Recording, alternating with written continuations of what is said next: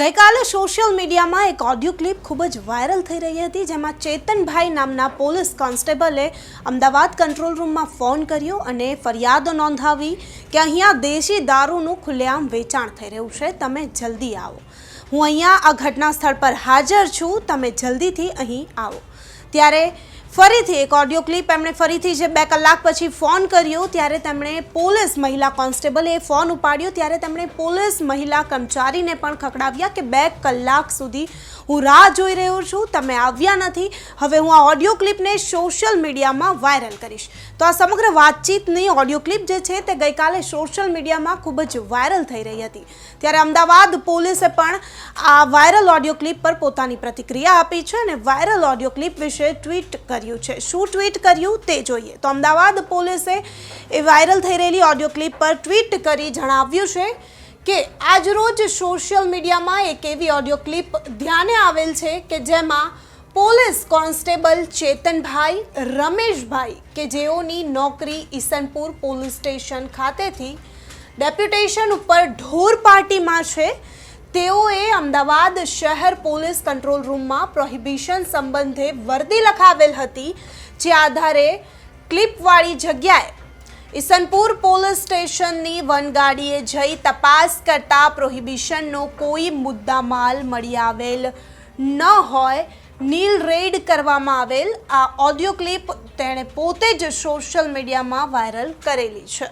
જે અનુસંધાને police commissioner Shri દ્વારા આ સમગ્ર મામલાની તપાસ મદદનીશ પોલીસ કમિશનર શ્રી જે ડિવિઝનને સોંપવામાં આવેલ છે.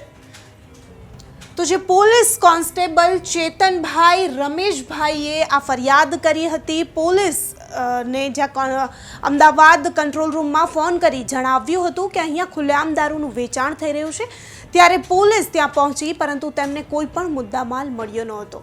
તો તમને જણાવી દઈએ કે ગઈકાલે સોશિયલ મીડિયામાં ઓડિયો ક્લિપ છે તે ખૂબ જ વાયરલ થઈ હતી. મીડિયામાં ઓડિયો ક્લિપ છે લોકોએ ચલાવી, ત્યારે પોલીસ ગુજરાત પોલીસ પર ઘણા સવાલો પણ ઊભા થયા હતા. સમગ્ર મામલો શું છે તેની હજુ કોઈ પુષ્ટિ થઈ નથી. ત્યારે જે ઓડિયો ક્લિપ વાયરલ થઈ હતી તે ઓડિયો ક્લિપ એકવાર સાંભળી લઈએ કે શું સમગ્ર વાતચીત થઈ હતી. નમસ્કાર. હેલો હેલો કંટ્રોલ નમસ્કાર. હા બોલો. ઈસનપુર પોલીસ સ્ટેશન બોલું છું. પીસી ચેતનભાઈ રમેશભાઈ. એક વર્દી લખો. અરે તમારે વર્દી રિટર્ન ઉપર લખાવવાની હોય. પછી ફોન બીજી આવે છે. 25 62 75 10 ઉપર લગાવવાની હોય. ઓકે. આપણે દારૂની વર્દી છો. ઈસનપુર પોસ્ટની પાછળ હું કેસ કરવા માંગુ છું. દારૂનો સ્ટેન્ડ ચાલે છે માધુરીબેનનું. બોલો, નામ બોલો તમારું. પીસી ચેતનભાઈ રમેશભાઈ. જગ્યા બોલો. ઈસનપુર પોસ્ટની પાછળ, ઈસનપુર પોલીસની પાછળ માધુરીબેન દારૂ વેચે. હું પૂછું છું તમે ઉતાવળ નહીં કરો. હા. ઈસનપુર પોલીસ સ્ટેશનની પાછળના ભાગે. હા, માધુરીબેન દારૂ વેચે છે જાહેરમાં. હું બંધ કરવા ગયો તો મારી ઉપર છે ને એને હુમલો કર્યો. હું પૂછું, તમે બહુ ઉતાવળ કરો છો. Okay okay. શું નામ છે? માધુરીબેન. ધંધો કરે છે? હા, દારૂનો ધંધો અત્યારે જાહેરમાં ચાલે છે ઈસનપુર પોલીસની પાસે. માધુરીબેન, હું બંધ કરવા ગયેલો તો મારી ઉપર એને હુમલો કર્યો. દેશી દારૂનો ધંધો કરે છે? હા, અત્યારે તાત્કાલિક ગાડી મોકલો, હું કેસ કરવા માંગુ છું. ને અત્યારે મારી ઉપર ખોટો આરોપ નાખે છે કે તું પૈસા લેવા માટે આવ્યો. તમે ત્યાં બનાવવાળી જગ્યાએ હાજર છો? હા છું, હાજર છું. કયું પોલીસ સ્ટેશન તમારું? હા, ઈસનપુર પોલીસ સ્ટેશન. તમે એકલા રેડ કરવા ગયા હતા? હા. નહીં, હું અહીંથી નીકળ્યો હતો તો મને લાગ્યું અહીંયા છે ને જાહેરમાં સ્ટેન્ડ છે. શું કર્યું? તમારી સાથે ઝઘડો કર્યો એને? હા, બંધ કરવા ગયેલો તો મને કાટલો ભગીને જેમ પણ કાઢો બોલી. તમે ગાડી મોકલો, કેસ કરવો છે જાહેરમાં. અત્યારે દારૂ વેચાય જ છે, અત્યારે જાહેરમાં જ છે દારૂ. બરાબર? હા, આવશે પોલીસ. હા, હમણાં. હા, મોકલો, જલ્દી મોકલો, કેસ કરવો છે. કંટ્રોલ રૂમમાં આપનું સ્વાગત છે.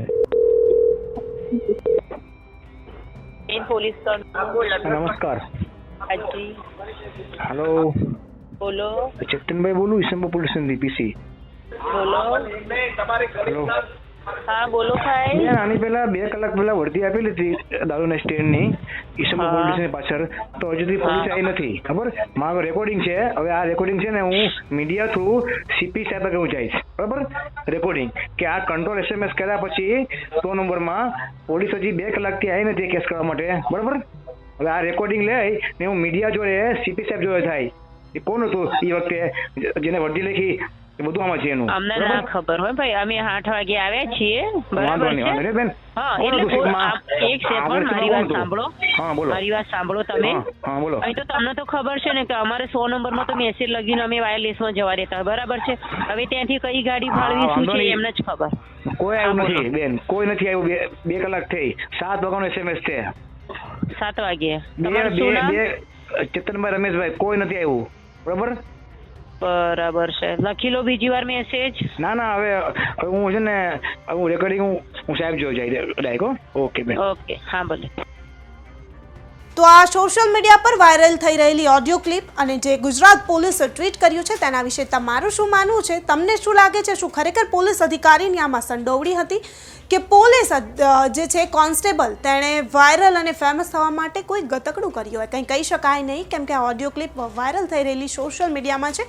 નિર્ભય ન્યૂઝ આ ઓડિયો ક્લિપની પુષ્ટિ કરતું નથી, પરંતુ પોલીસે જે પોતાની પ્રતિક્રિયા આપી છે તેના વિશે તમારું શું માનવું છે તમને કમેન્ટ કરી ચોક્કસથી જણાવજો, તથા અમારી ચેનલ નિર્ભય ન્યૂઝને લાઇક, શેર અને સબસ્ક્રાઇબ કરવાનું ભૂલશો નહીં. આભાર.